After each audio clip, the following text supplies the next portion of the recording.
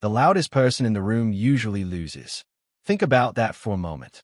In every meeting, in every argument, in every conflict you have ever witnessed, the person screaming the loudest, the person banging their fists on the table, the person whose face turns red and whose voice cracks with emotion, that person almost never wins. Not truly. Not in the long run. Real power does not announce itself. Real power does not need to. Real power moves in silence, like a deep river that has no need to make noise because it knows exactly where it is going. And here is what most people spend their entire lives not understanding. The rules of power are almost perfectly backward from what we are taught. We are taught that the bold win. We are taught that the aggressive get what they want. We are taught that you must fight for every inch, announce every victory, defend every attack, loudly, immediately, and with full force. And so most people spend their lives doing exactly that. Fighting loudly, reacting immediately, burning energy on battles that do not serve them, and wondering, quietly, in their most honest moments, why despite all their noise, they still feel like they are losing. Here is the truth. While emotional people react instantly, while they jump, they shout, they defend, they explain, they beg for understanding, the strategist does something completely different. The strategist observes. The strategist calculates. The strategist waits. And when the moment is exactly right, the strategist moves, quietly, precisely, and effectively. Not with anger, not with desperation, but with a calm that almost frightens the people around them. Because here's the thing most people will never tell you. When people play deity, your emotions become their weapon. Every time you react emotionally, you hand your enemy the knife they need to hurt you. You give them exactly what they want. You become predictable. You become controllable. And the moment you become controllable, you have already lost. But today is different. Today you are going to learn something that changes everything. You are going to learn how to think like a silent strategist, someone who stays calm under the most intense pressure, someone who sees manipulation long before it even begins, someone who never loses control of themselves no matter what the world throws at them. This is not a book about being cold or being cruel. This is not a book about becoming someone you are not. This is a book about becoming more fully who you already are, by stripping away the fear, the reactivity, the patterns that keep you trapped in cycles that do not serve you. This is a book about being free. So take a breath, settle in, and let us begin together. Because by the time this audiobook is finished, you will not be the same person who pressed play. Chapter 1. Silence is Psychological Power. Part 1. The Nature of Silence. Let us start at the very beginning, with something so simple that most people overlook it completely. Silence. Not the awkward kind. Not the kind that comes from not knowing what to say. But the kind of silence that is a choice. The kind of silence that is a strategy. The kind of silence that makes other people deeply, deeply uncomfortable in a way they cannot fully explain. Think about the people in your life who you instinctively respect the most. Not the ones who are always talking. Not the ones who always have a comment, always have an opinion, always need to fill every empty space with words. No, the people you respect the most are usually the quiet ones. The ones who listen more than they speak. The ones who, when they do choose to open their mouth, say something that actually matters. There's a reason for that, and it goes much deeper than just personality. Here's something that most people do not understand about human psychology. Constant talking is often a sign of insecurity. When a person needs to constantly explain themselves, constantly justify their decisions, constantly fill silence with words, it is usually because deep down they are afraid. Afraid of what the silence might reveal. Afraid that if they stop talking, people will stop paying attention to them. Afraid that without their words, they are somehow less. But the silent strategist knows something completely different. The silent strategist knows that silence is not emptiness. Silence is power that has not been spent yet. Part 2. What silence does to others. When you go quiet in a conversation, truly quiet, not awkward, not nervous, but calm and deliberate, something remarkable happens to the other person. They begin to feel uncomfortable. They start to fill the silence themselves. They start talking more than they plan to. They start revealing things they did not intend to reveal. They start showing you who they really are, what they really want, and what they are really afraid of. And you have not said a single word to make this happen. You have simply chosen not to speak. That is power. That is real, practical, psychological power that you can use in any situation, in any relationship, in any moment of your life. There is a reason the most skilled negotiators in the world, the ones who close billion-dollar deals, who navigate hostage situations, who broker peace between nations, there's a reason these people almost always speak less than their counterpart. Because when you speak less, you reveal less. And when you reveal less, you hold more. Think about the dynamic of a job interview. The candidate who nervously fills every silence with explanation after explanation is telling the interviewer something about their relationship with anxiety, with approval, with self-worth. But the candidate who answers a question clearly, pauses comfortably, and waits for the next question with a settled confidence, that candidate communicates capability before they have said a single thing about their skills. The silence itself is the message. Part 3. The exposure problem. When you talk too much, you expose yourself. Every sentence you say gives the other person more information about how you think, what you feel, where your boundaries are, and most importantly, what they can use against you. Think about it this way. Every complaint you make tells someone what bothers you. Every boast you make tells someone what you are insecure about. Every explanation you offer tells someone that you are seeking their approval. Every time you rush to fill a silence, you are saying, I am not comfortable with my own presence unless I am producing something. But when you are silent, when you observe without revealing, you remain a mystery. And mystery is magnetic. Mystery is intimidating. Mystery creates a presence that people cannot ignore. The great strategists of history understood this. The most effective leaders understand this. Silence forces the other person to come to you. It forces them to reveal their hand before you reveal yours. It creates an invisible pressure that no amount of shouting or arguing can match. Part 4. Being intentional with words. Now, this does not mean you should become mute. It does not mean you should never speak or never share your thoughts. It means you should be intentional with your words. It means every time you open your mouth, you should ask yourself, does this need to be said right now? Does this serve me? Does this serve the situation? Or am I speaking because I am nervous, because I feel unheard, because I am trying to fill a space that the silence is actually filling better than I ever could? Weak people need attention. They need to be heard, seen, validated, approved of, constantly. And there is nothing wrong with wanting those things as a human being. But powerful people need something different. Powerful people need clarity. They need to see the situation for what it truly is, not for what their emotions tell them it is.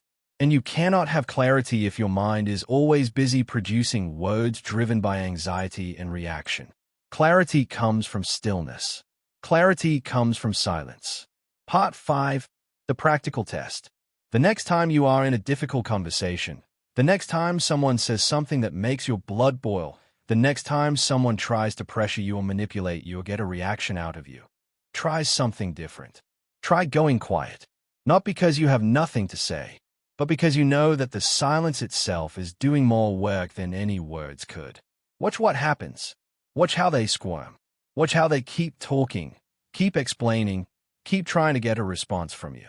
Because the truth is, a person who cannot make you react is a person who has lost all control over you. And losing that control terrifies them. Remember this, silence forces people to reveal themselves. This is not a theory. This is human psychology in action. And the more you practice being comfortable in silence, the more powerful you will become. Not through aggression, not through manipulation, but through mastery of your own mind.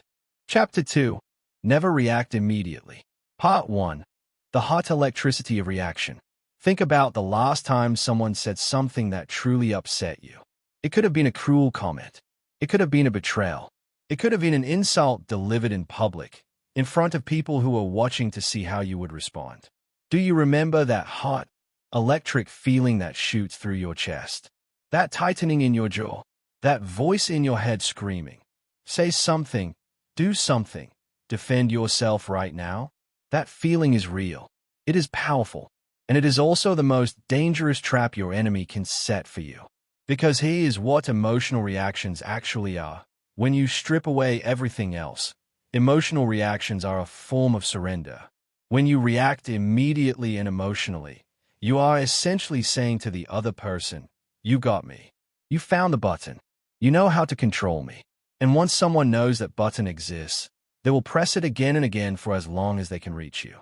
The response, the strategic, deliberate, well-thought-out response, is something completely different. The response says, "I see what you did.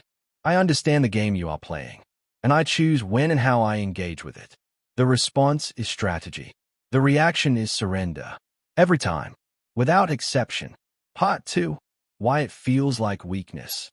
Let us be very real here for a moment. It is not easy to delay your reaction. It feels unnatural. It can feel like weakness, like you are letting something go, like you are allowing yourself to be a doormat. But that feeling is a lie that your own nervous system is telling you. Your nervous system is designed for immediate threat response, fight or flight, right now, no thinking required. And that was incredibly useful 50,000 years ago when the threat was a lion and you needed to run or fight in the next 2 seconds. But in the modern world, the threats are different. The enemy is not a lion. The enemy is a manipulative colleague, a toxic partner, a person who has learned to weaponize your emotions against you. And against that kind of enemy, running or fighting immediately is not strength. It is exactly what they want from you. Manipulators want emotional reactions. This is not an accident. This is the strategy. When a manipulator says something cruel, when they insult you publicly, when they push your boundaries or question your worth, they are fishing. They are casting a line into the water and waiting for the fish to bite. And the fish that bites, that reacts instantly, that defends itself loudly, that gets emotional and predictable, is the fish that ends up on the hook. The strategist is not that fish. The strategist sees the line in the water and chooses not to bite. The strategist watches. The strategist takes a breath. The strategist thinks, what is actually happening here? What does this person want? What will happen if I give them exactly what they want versus what will happen if I deny them the reaction they are looking for? Part 3. The power of the pause. Delayed responses create power. When you wait before responding, when you take your time, when you create space between the provocation and your answer, something shifts. The other person's confidence begins to crack. They expected an immediate reaction. They planned for it. Their entire strategy was built around getting that reaction from you.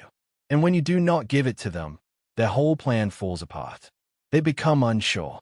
They begin to wonder what you are thinking. They begin to doubt whether their move was as effective as they thought it was. And here's the beautiful thing. When you do finally respond, you respond from a place of clarity and strength, not from a place of pain and reaction. Your words are chosen carefully. Your tone is calm and controlled.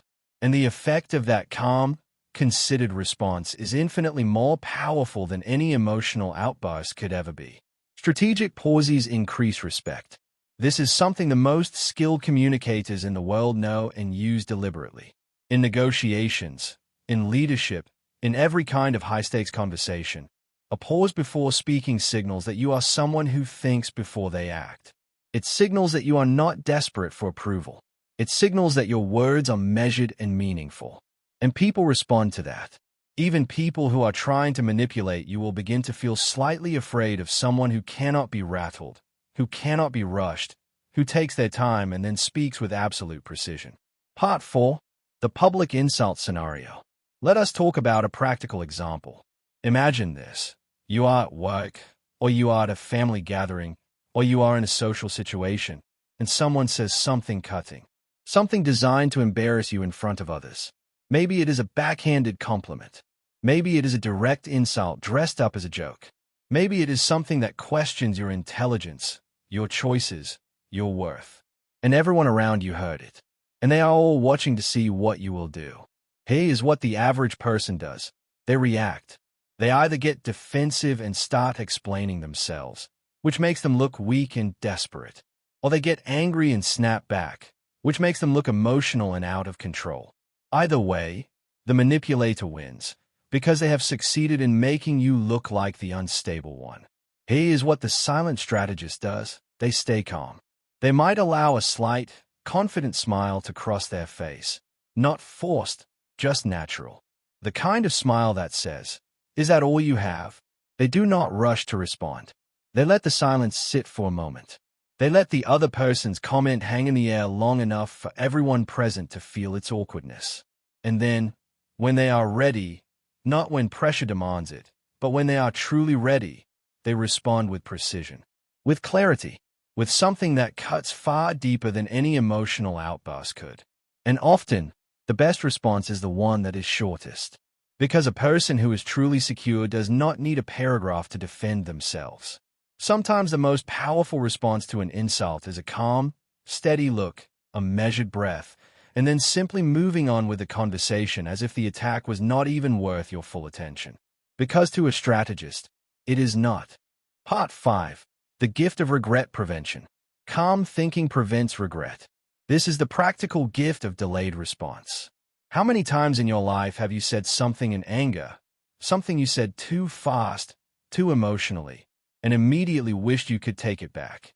How many relationships, how many opportunities, how many moments of dignity have been lost because your reaction was faster than your wisdom?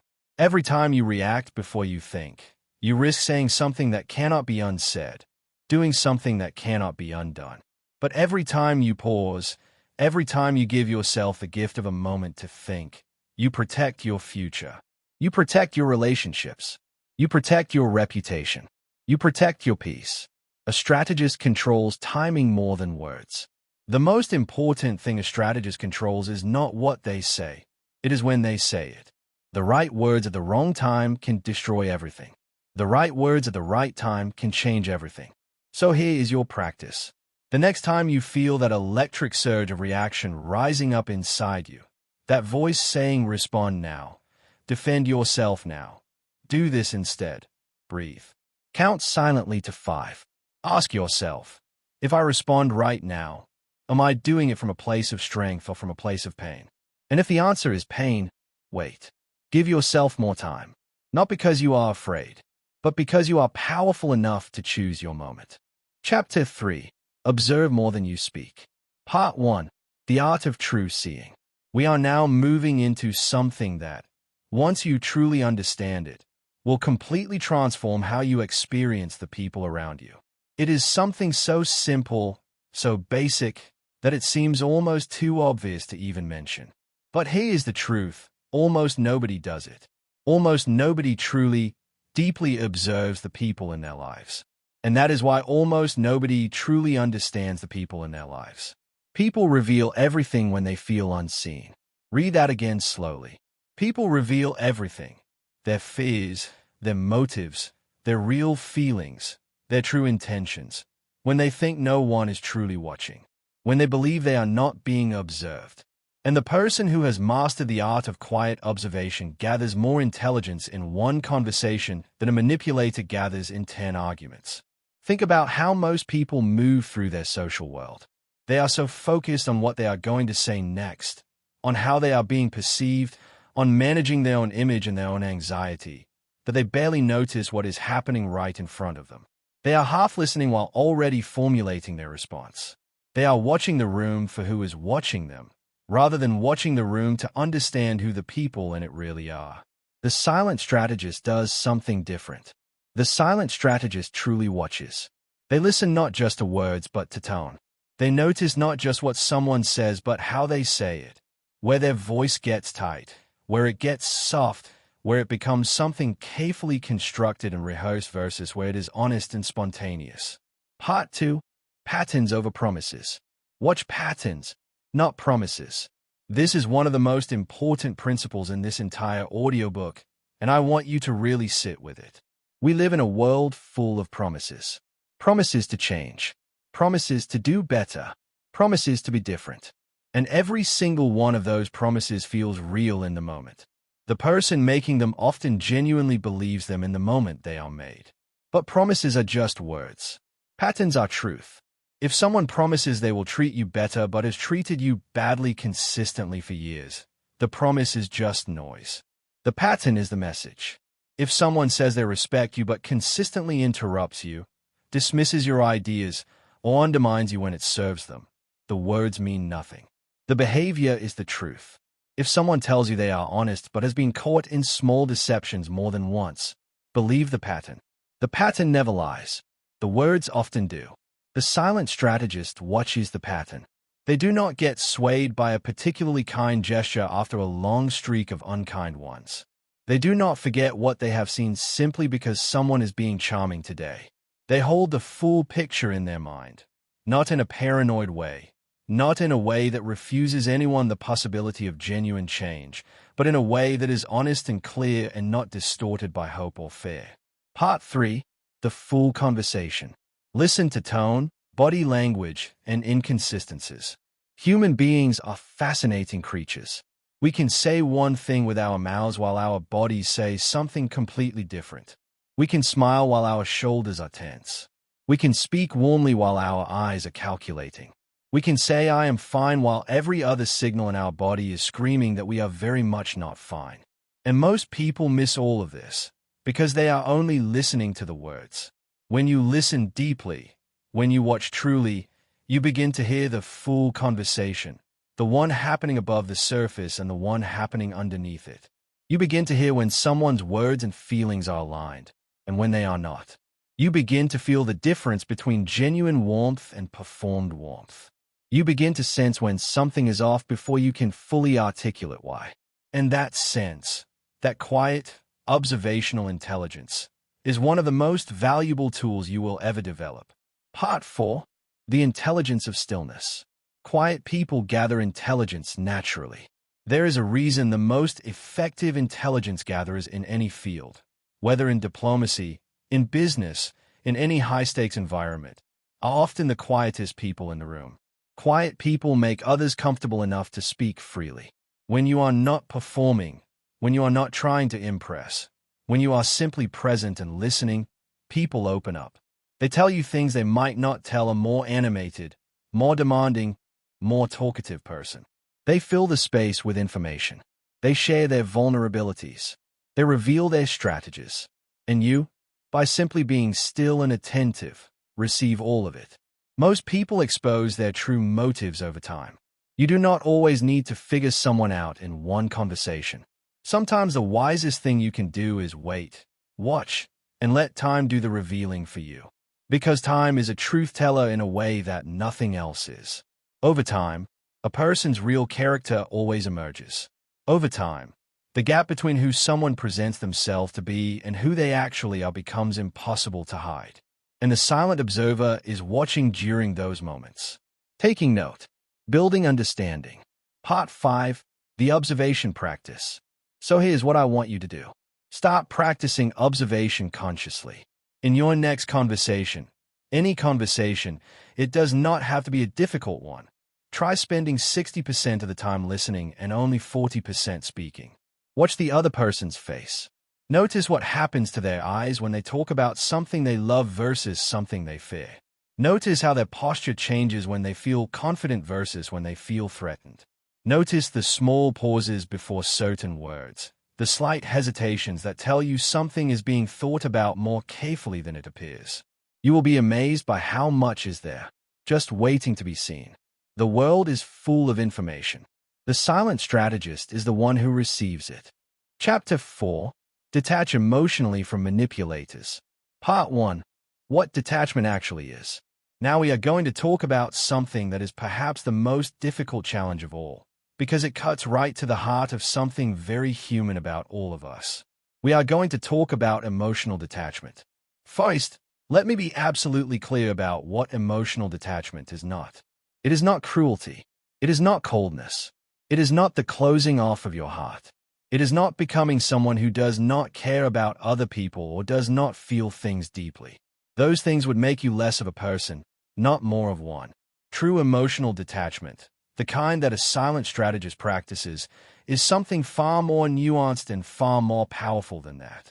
Emotional detachment is the ability to choose where your emotional energy goes. It is the ability to say, this person, this situation, this drama, does not get access to the deep, sacred parts of me. It is the ability to be present in a difficult situation without allowing that situation to consume you. It is the ability to care without suffering, to be aware without being controlled, to see clearly without being blinded by feeling. Part 2. The value of your emotions. Your emotions are valuable. This is not a small statement. Your emotions, your capacity for joy, for grief, for love, for anger, for deep human feeling. These are among the most precious things you possess. They are the source of your creativity, your connection, your compassion. They make you human in the fullest sense of the word. And because they are so valuable, you must guard them with the same care you would give to anything precious. Think of a master craftsman and their finest tool. They do not hand that tool to just anyone. They do not leave it out in the rain. They clean it, protect it, and use it only when the work truly calls for it. Your emotional energy is that tool. It is fine and powerful and irreplaceable, and you should not hand it to just anyone who demands it. Toxic people feed on reactions. When a manipulator provokes you and gets the reaction they wanted, the anger, the tears, the defensiveness, the desperation, something happens to them. They feel powerful. They feel in control. They feel that they have access to something inside you that they can use whenever they choose. And that access, that feeling of having you in their grip, is what they are after. Every time you react emotionally to a manipulator's provocation, you are confirming their power. You are feeding them. And every time you deny them that reaction, you are starving them of the one thing they need to keep playing the game. Part 3. The prison of reaction. Emotional distance creates mental freedom. This is perhaps the most beautiful gift of emotional detachment, not as a gift to someone else, but as a gift to yourself. When you are caught in the trap of reacting to a toxic person's moves, when your day is determined by what they did or said, when your peace of mind is hostage to their behavior, you are not free. You are in a prison that has been constructed entirely inside your own mind. And the key to that prison is not something the other person holds. The key is in your hands. The moment you stop giving their behavior the power to determine how you feel, you are free. This does not happen overnight. Emotional detachment is a practice, not a single decision. It is something you build gradually, through daily discipline, through conscious choice, through the repeated act of noticing when your emotions are being pulled by someone else's strings and choosing, even if it is difficult, even if it takes everything you have, to hold your ground. Part 4. The fire principle. Not every battle deserves your energy. This is one of the most liberating things you will ever understand. Not every argument is worth having. Not every insult is worth responding to. Not every person who challenges you is someone who deserves the full weight of your attention and intelligence. Some battles are traps, designed specifically to drain your energy, to distract you from what actually matters, to keep you spinning in circles while the person who set the trap watches you tire yourself out. Think about a fire for a moment. A fire burns as long as it has fuel. If you want a fire to go out, you do not fight it directly. You simply remove the fuel. You deny it what it needs to keep burning. Toxic people and their dramas are the same. They burn as long as you keep giving them fuel. Your reactions, your emotional investment, your attention, your time. The moment you remove the fuel, the fire goes out. Not because you have defeated it in battle, but because you have simply and quietly removed what it needs to survive. Part 5. Becoming uncontrollable. Calm detachment frustrates manipulators beyond measure. When a manipulator cannot get a reaction from you, when they provoke and you respond without any visible hurt, when they try to destabilize you and you remain immovably yourself, something happens to them. They become frustrated. They become confused. And often, they eventually move on because they realize that you are not a source that can be exploited. The moment you stop reacting, you become impossible to control. This is the heart of it. This is what all of this is building toward. A version of yourself that is so grounded, so clear, so calm in the face of manipulation and attack, that you literally cannot be controlled by the people who once had power over you. Not because you have become hard or disconnected, but because you have become free. You have reclaimed the ownership of your own inner world. Chapter 5. Strategic people think long-term. Part 1. The seduction of immediate victory. We have arrived at one of the most transformative ideas in this entire audiobook. It is an idea that separates the people who win in life, truly, deeply win, not just in one argument or one moment, but across the full arc of their lives, from the people who are always scrambling, always reacting, always putting out fires. Average people chase temporary victories, and it is so understandable. When someone attacks you, when someone undermines you, when someone takes something that should have been yours or says something that makes you feel small, every single part of your brain and body wants justice. Right now, immediately. And sometimes that immediate victory feels incredibly good.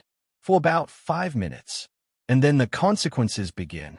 Because immediate victories almost always come with long-term costs. The cutting remark you made that felt so satisfying in the moment becomes a story your enemy tells everyone about what a terrible person you are.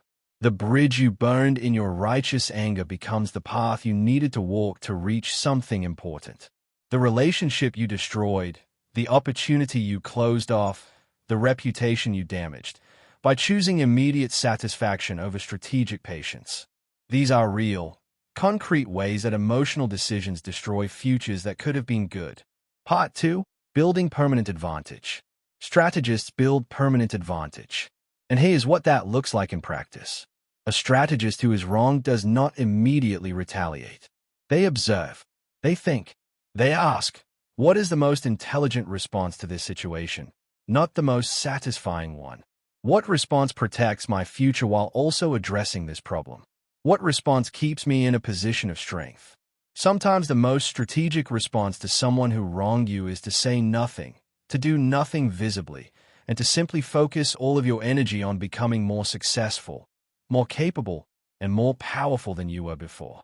Because success, genuine, lasting, undeniable success, is the most satisfying answer to anyone who doubted you, underestimated you, or tried to hold you down. It is an answer they cannot argue with.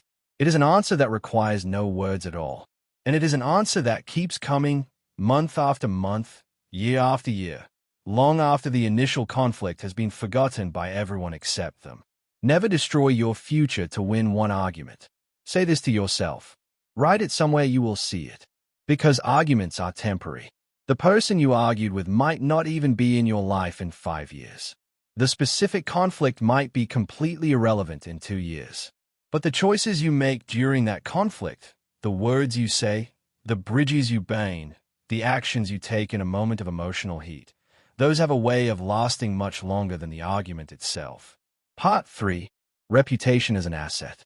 Smart people protect reputation and peace. These two things, reputation and peace, are assets. They are things you build over time through consistent behavior, through integrity, through the daily practice of being someone who is known for their calmness and their reliability. And they are things that can be damaged or destroyed by a single moment of emotional recklessness. Your reputation is not what you think about yourself. Your reputation is what other people consistently see and experience when they interact with you. And when people consistently see someone who is calm, strategic, measured, and reliable, someone who does not lose their head even in difficult situations, they trust that person. They respect that person. They open doors for that person that they keep firmly closed for people who are unpredictable and emotional. Long-term thinking creates emotional discipline. And emotional discipline, the ability to feel your feelings without being enslaved by them, the ability to act on principle rather than impulse, is one of the rarest and most valuable qualities a human being can develop. Part 4. The chess player's mindset. Chess players sacrifice moments to win entire games.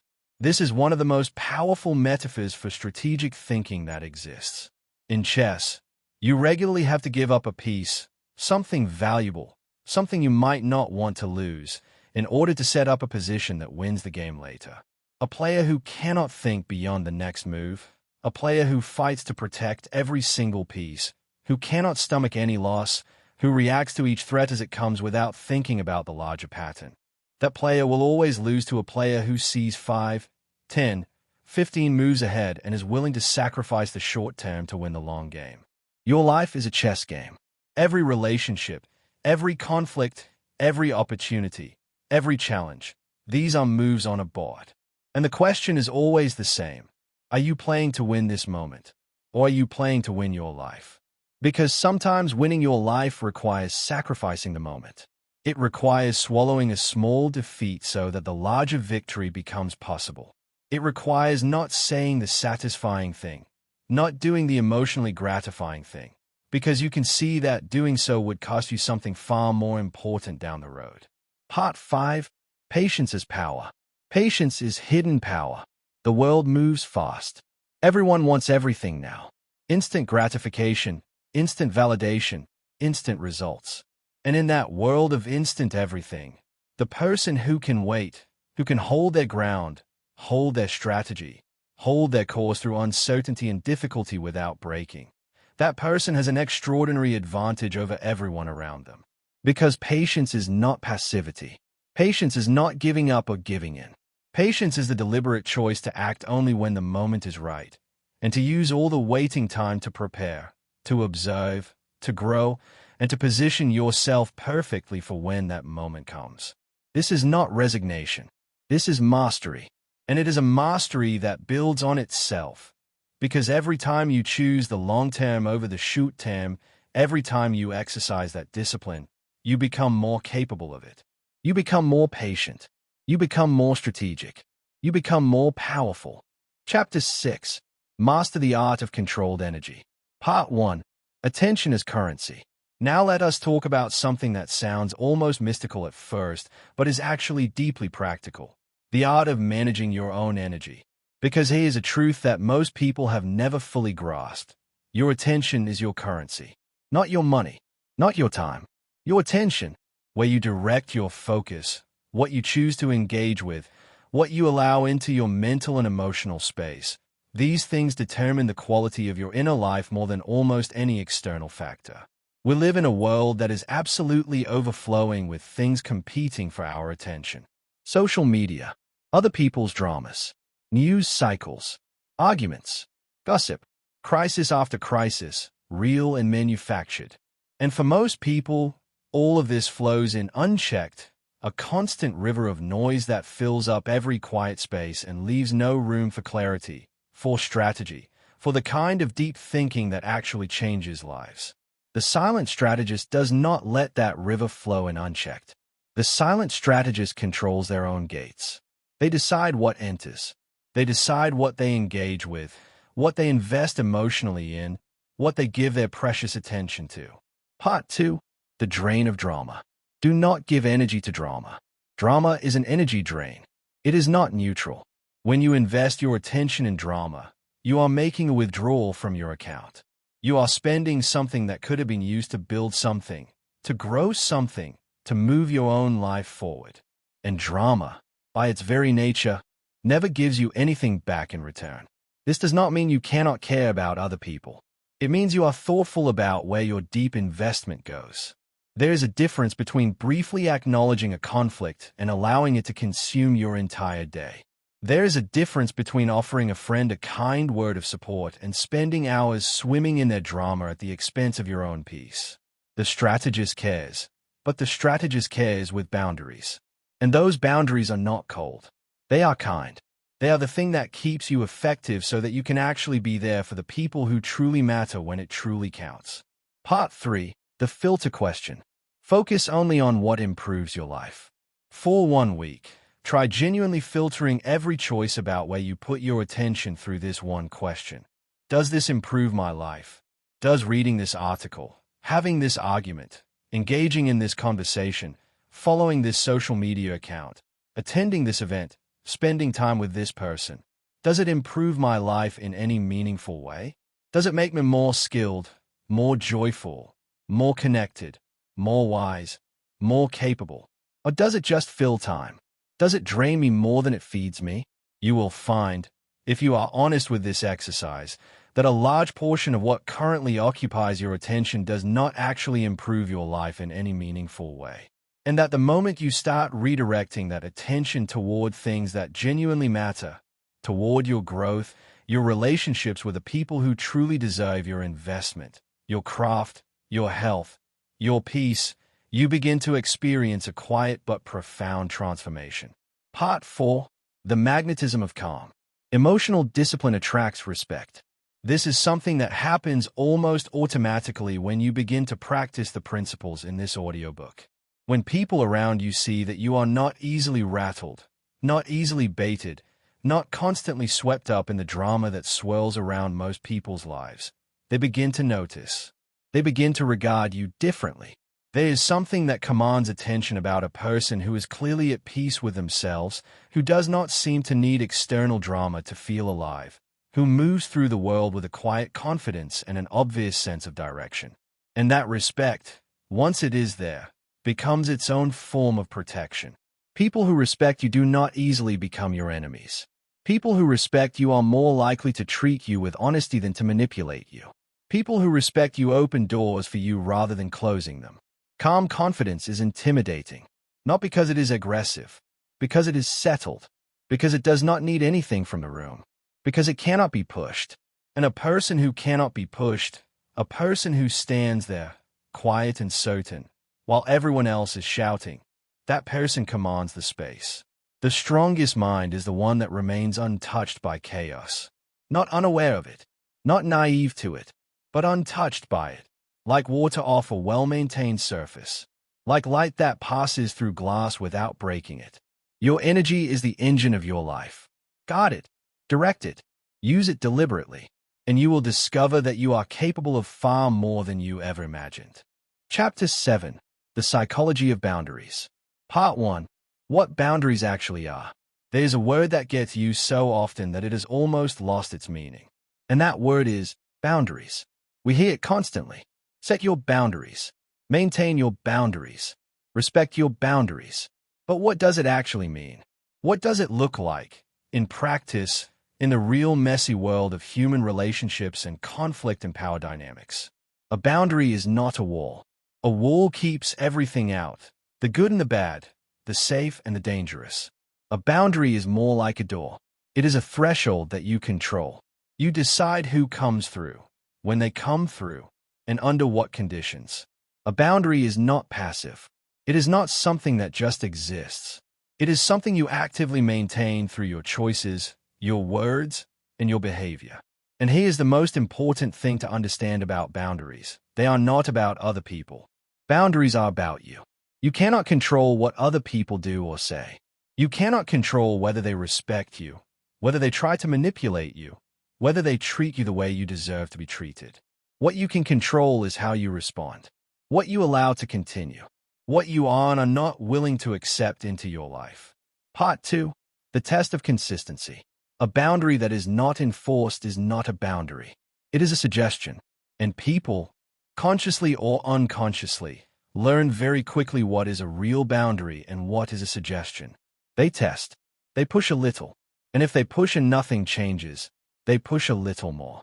This is not always malicious. It is simply human. We all learn the rules of every relationship we are in through the process of testing and response. This is why consistency is so critical. When you say no and then say yes the next time someone pushes hard enough, you have not set a boundary. You have taught them that your no is negotiable, that if they apply enough pressure, enough guilt, enough charm, enough anger, your no will eventually become a yes. The silent strategist knows this. And the silent strategist does not say no and then fold. They say no and they hold it. Not aggressively, not with anger, with the same calm, settled certainty that characterizes everything else they do. A quiet no is more powerful than a screaming no. Because a quiet no says, this is not a performance. This is not a reaction. This is just who I am and how things are.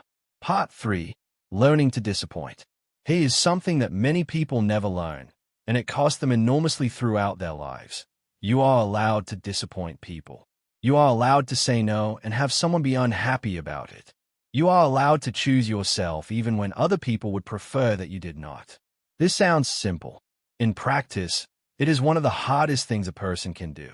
Because most of us have been trained by our families, our cultures, our early experiences, to equate other people's happiness with our own worthiness. When someone is disappointed in us, it can feel like a verdict, like a judgment, like proof that we are somehow not enough. But here is the truth the strategist holds clearly. Someone else's disappointment in your decision says nothing about the quality of that decision. It says only something about their preference. And you are not responsible for managing every person's preferences.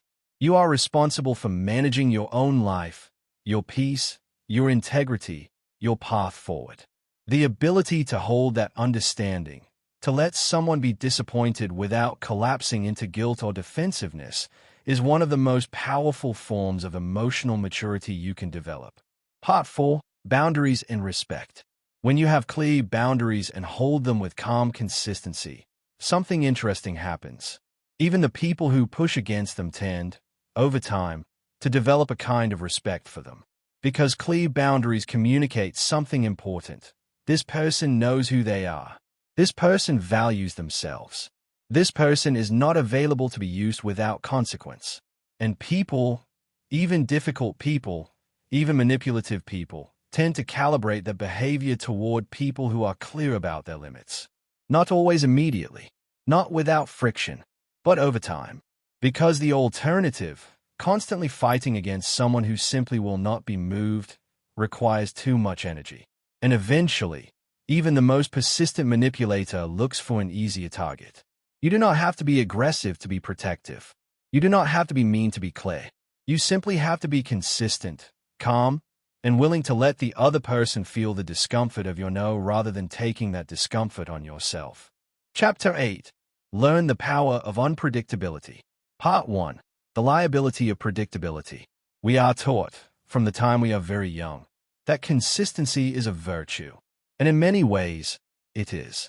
Consistency in your values, in your ethics, in how you treat people. These are wonderful things. But there is another kind of consistency, a pattern of behavior that is so predictable, so readable, that anyone who wants to can see your next move coming long before you make it. And that kind of predictability is not a virtue. In a world where people sometimes try to manipulate or outmaneuver you, that kind of predictability is a liability. People can manipulate patterns. A manipulator who has been around you long enough knows your patterns. They know what will make you react. They know how to approach you, what words to use, what buttons to push, to get whatever response serves them. And as long as you are predictable, they have a roadmap. They can plan around you. They can move before you do, because they already know where you are going. But what happens when you become unpredictable? What happens when you stop doing the expected thing? When you respond differently than they anticipated? When you move in ways they cannot forecast? The roadmap disappears. Their entire strategy falls apart. Because their strategy was built around knowing you. And suddenly, they do not know you anymore. Part 2. The art of moving quietly. Do not reveal every plan. Every time you share a plan with someone who does not fully have your interests at heart, you give them a chance to interfere. You give them the opportunity to plant seeds of doubt, to create obstacles, to position themselves in ways that serve them at your expense. The silent strategist keeps their goals close. Not out of paranoia, not out of distrust of everyone, but out of wisdom. They understand that some things, while they are growing, are fragile. Some dreams need protection before they are strong enough to withstand outside scrutiny. Some plans need to be built in silence before they are revealed in action. And the most powerful reveal is always the one that surprises people, not with a dramatic announcement, but with undeniable results. Move quietly. Build without broadcasting. Work without needing to announce the work. Make progress that is only visible in the results, never in the process.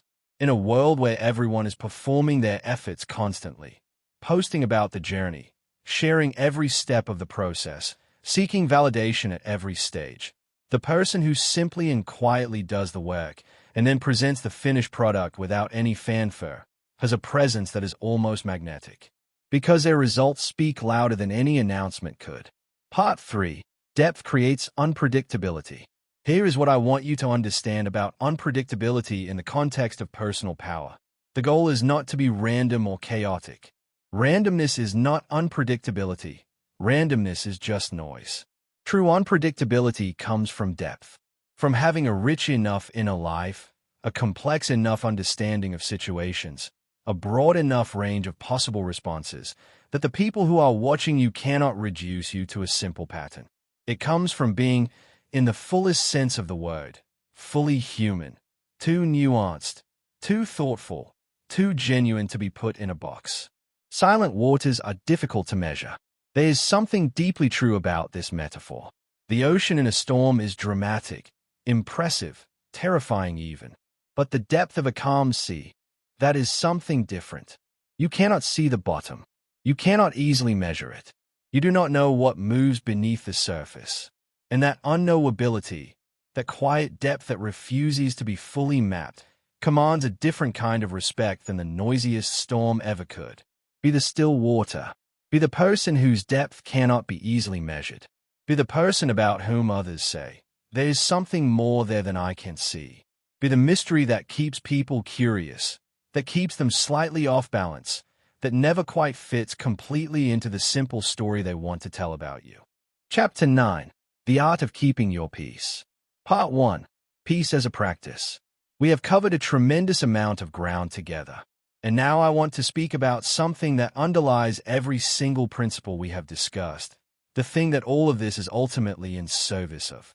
And that thing is peace. Your peace. The deep, settled, unshakable inner peace that comes from being truly, fundamentally yourself, regardless of what is happening around you. Peace is not the absence of conflict. Peace is not a life where nothing difficult ever happens. Peace is something you carry inside you. A steadiness, a groundedness, a sense of who you are that does not depend on external approval or on winning every battle. It is the thing that keeps you sane when everything around you is chaotic. It is the thing that keeps you kind when everyone around you is being cruel.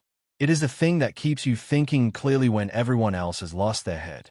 And it is built, brick by careful brick, through the daily practice of every principle we have discussed. When you practice silence in a world that is screaming for your reaction, you build peace. When you delay your response and choose strategy over impulse, you build peace. When you observe more than you speak and understand more deeply than you react, you build peace. When you detach emotionally from people and situations that drain you without giving back, you build peace. When you think long-term and choose your future over your momentary satisfaction, you build peace. When you guard your energy and direct it intentionally, you build peace. When you embrace your own mystery and stop trying to make yourself legible to everyone around you, you build peace. Part 2. The accumulation of peace. As you build this peace, as it accumulates through practice and patience and daily discipline, you discover something remarkable. The things that once rattled you stop rattling you. The people who once had power over your emotional state lose that power.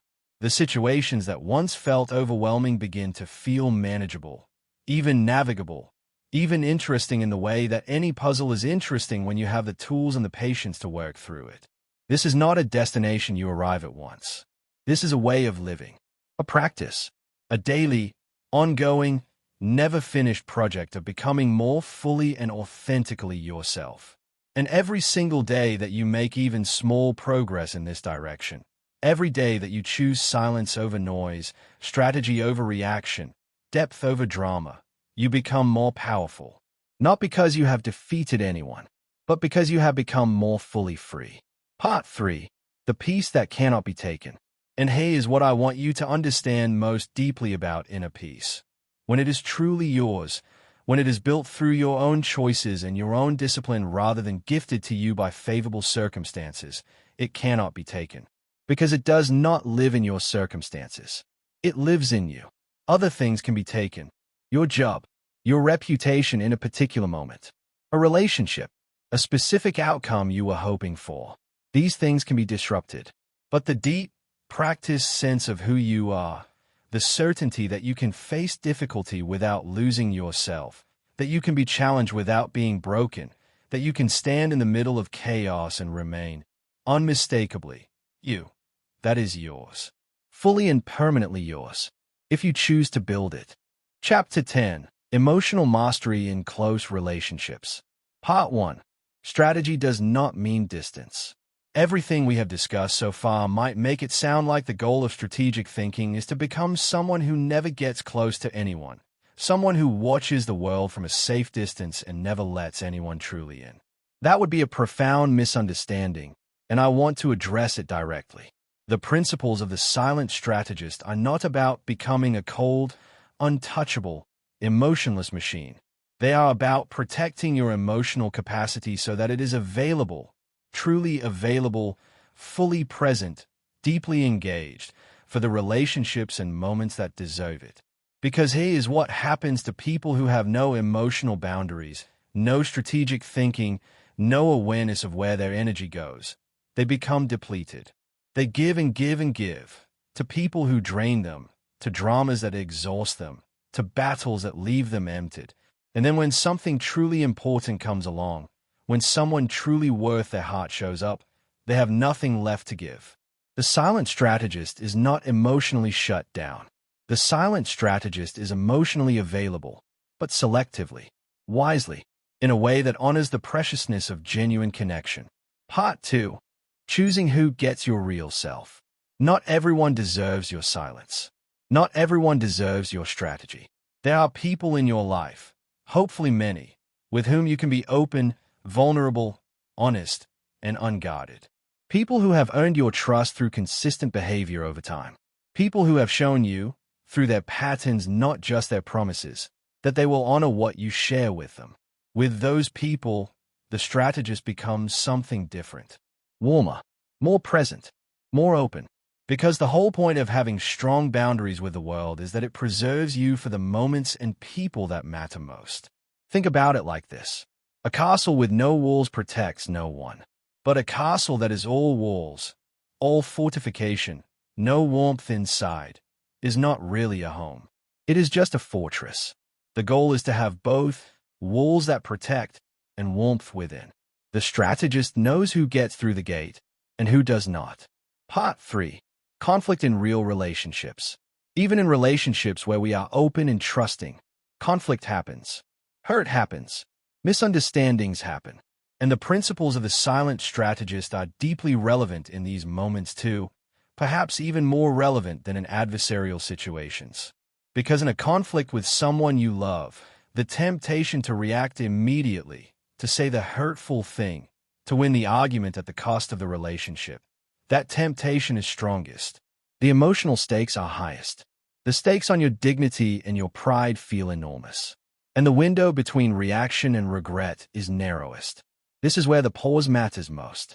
This is where observing more than speaking matters most. This is where long-term thinking, what do I want this relationship to look like in 5 years, and will this choice move me toward or away from that, matters most.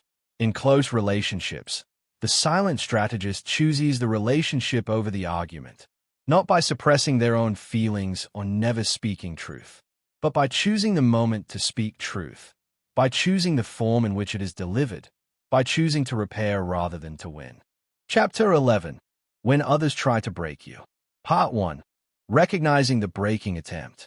There will be moments in your life, perhaps you have already lived some of them, when someone decides that their goal is to break you. Not in a physical sense, but psychologically. They want to see you crack.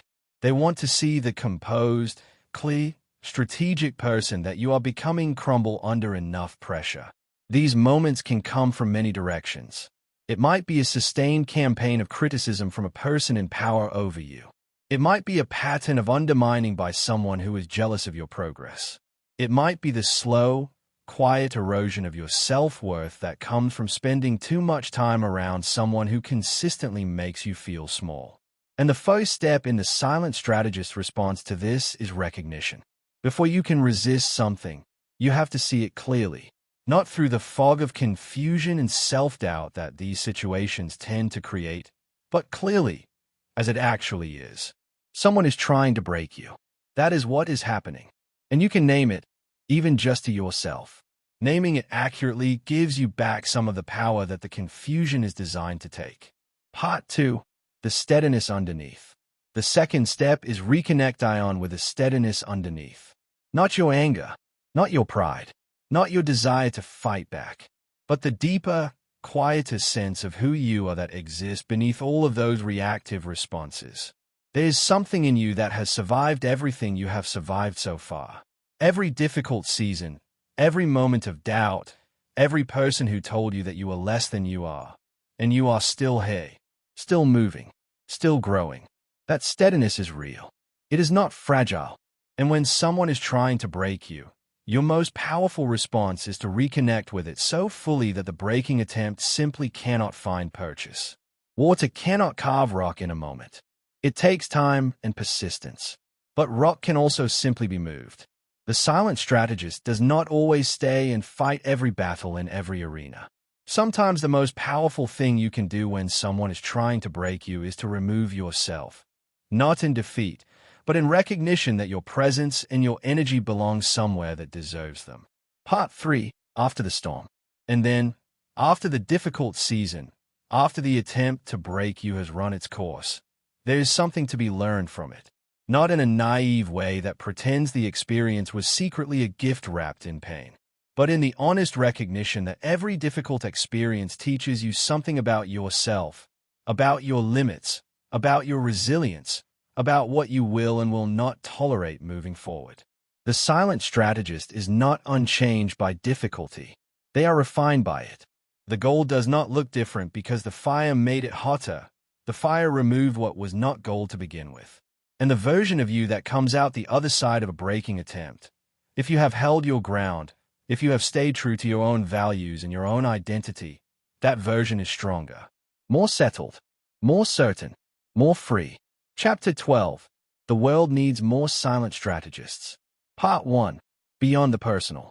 We are nearing the end of this journey together, and I want to speak about something bigger, something beyond personal power and personal peace, because I believe the principles in this audiobook are not just personally transformative. They are the kind of principles practiced widely enough that change the texture of the world itself. Think about every conflict you have ever witnessed escalate beyond all proportion. Think about every argument that became a war, every misunderstanding that became a rift that lasted years, every moment where someone's immediate emotional reaction destroyed something that could have been good, could have been fixed, could have been saved by a single moment of strategic calm. How many of those conflicts could have been different if even one person in the room had been practicing the principles of the silent strategist? Part 2. The stabilizing force. The world is full of loud people chasing attention. Our news cycles amplify conflict. Our entertainment worships chaos. And in this environment, the pressure to be loud, to perform your feelings, to broadcast your reactions, is immense. It takes real courage to be quiet. It takes real strength to not react. It takes genuine confidence to move with deliberation in a world that rewards speed and noise. But the people who have that courage, the people who can be the calmest presence in a chaotic room, who can see clearly when everyone else is seeing through the fog of their own emotions, who can think strategically when everyone else is scrambling reactively, these people matter enormously. They are the stabilizing force in organizations, in families, in communities, in relationships. They are the ones who prevent bad situations from becoming catastrophic ones. They are the ones who find solutions when everyone else is stuck in the problem. And you can be one of them. Chapter 13. Putting it all together. The complete review. Let us do something together now. A review, not just of the ideas but of the feeling of them. Because understanding these principles intellectually is the beginning, but embodying them is the goal. Silence is power. Your quiet is not emptiness. It is depth. It is information gathering. It is the space in which strategy forms. It is the thing that makes other people reveal themselves. It is your first and most fundamental tool. Never react immediately. The pause between provocation and response is the space where your power lives. The longer you can hold that space with clarity and calm, the more effective everything you eventually do will be. Reaction is surrender. Response is strategy. Observe more than you speak. The world is constantly offering you information about people, about situations, about patterns, and this information is only available to the person who is paying attention. Watch the patterns, not the promises. Detach emotionally from manipulators. Your emotions are precious and are not available for everyone to access. You choose who gets your emotional investment. You remove your energy from the people and situations that drain you, and you give it to the things and people that genuinely deserve it. Think long-term. The game of life is not played in moments but across years. The most satisfying victories are the ones built slowly, through patience and strategy. Your future is more valuable than any single argument or momentary revenge. Control your energy. Your attention is your most precious resource, and where you direct it determines everything about the quality of your life. Give it to what builds you, not to what drains you. Honor your boundaries. A boundary that is not enforced is a suggestion. Hold your limits with quiet, consistent certainty, not as aggression, but as self-respect. Let others be disappointed rather than absorbing their disappointment into yourself. Embrace unpredictability. A person who cannot be predicted cannot be easily manipulated. Move quietly, keep goals private, and surprise the world with results rather than announcements. Protect close relationships. The strategist is not cold. The strategist is selective. The energy saved from draining relationships flows toward the people who deserve it, and with those people, be fully present. And underneath all of it, peace. Deep, grounded, practical peace that is not given to you by circumstances but built by you through daily discipline. The peace that no one can take because no one gave it to you in the first place. One day. Maybe it has already happened. Maybe it will happen after you finish listening to this audiobook. You realize something. Something quiet but absolutely profound. Not every person in your life deserves an explanation of your choices. Not every attack on your character deserves a response. Not every battle that presents itself is a battle worth fighting. Not every moment of pain that someone hands you is a bill that you are obligated to pay. And the moment you truly understand that, not just intellectually, but deep down, in your bones, something changes inside you. A kind of settling happens. A kind of exhale that you've been holding for so long that you almost forgot what breathing fully felt like. That is the moment you stop thinking emotionally and start thinking strategically. That is the moment you step out of the role of victim. Not because life has been kind to you, not because you have not suffered, not because no one has ever genuinely hurt you, but because you choose to. Because you decide that you are no longer available to be played with. That your peace is more important than proving a point. That your future is more important than winning an argument that has nothing to do with the life you are trying to build. This is not giving up. This is growing up. This is not weakness. This is the deepest form of strength. And it is a strength that once you find it, once you truly inhabit it, no one can take from you. Chapter 14. Daily Practices for the Silent Strategist. Practice 1. The Morning Check-in. Every morning, before you engage with the world, before you check your phone, before you respond to messages, before you step into the demands of your day, take 5 minutes with yourself.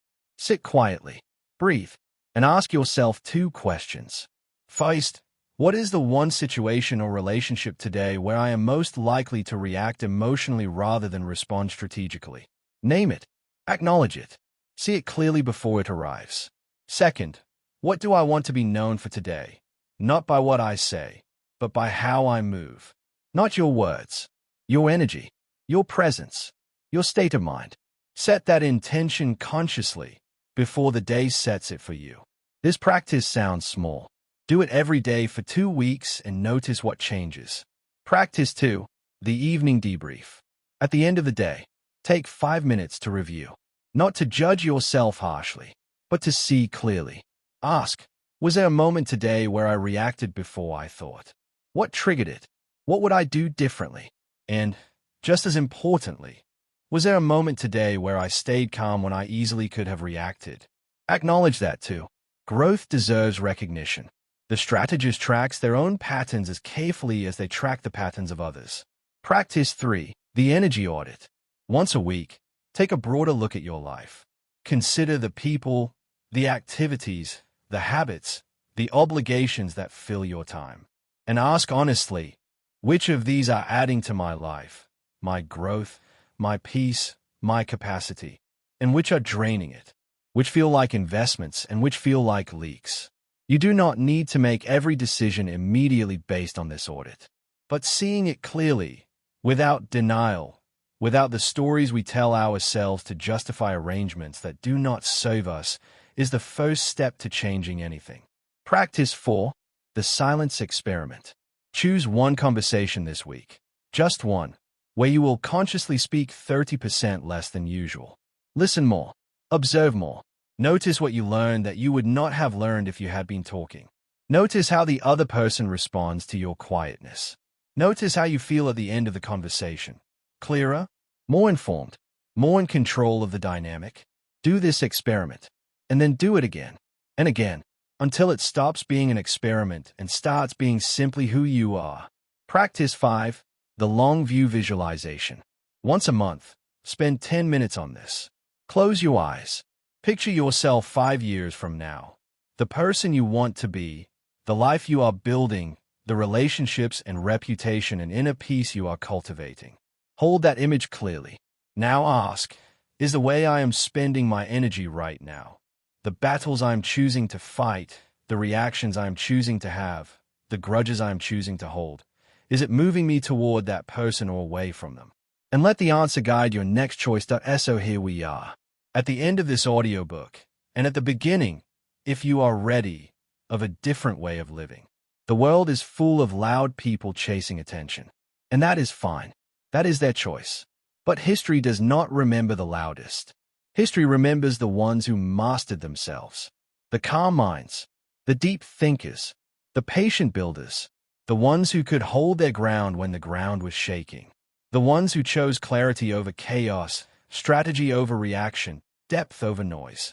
You are capable of being one of those people. Not someday. Not when things get easier. Not when someone finally treats you the way you deserve. Now, with everything that is already in you. With the understanding you have gained in these hours together.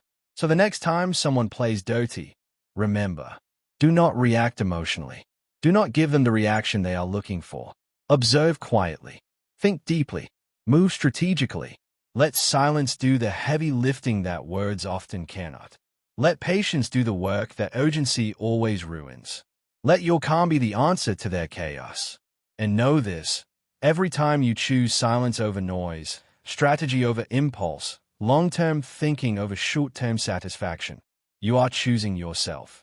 You are building yourself into something that cannot be easily broken, cannot be easily manipulated, cannot be easily controlled.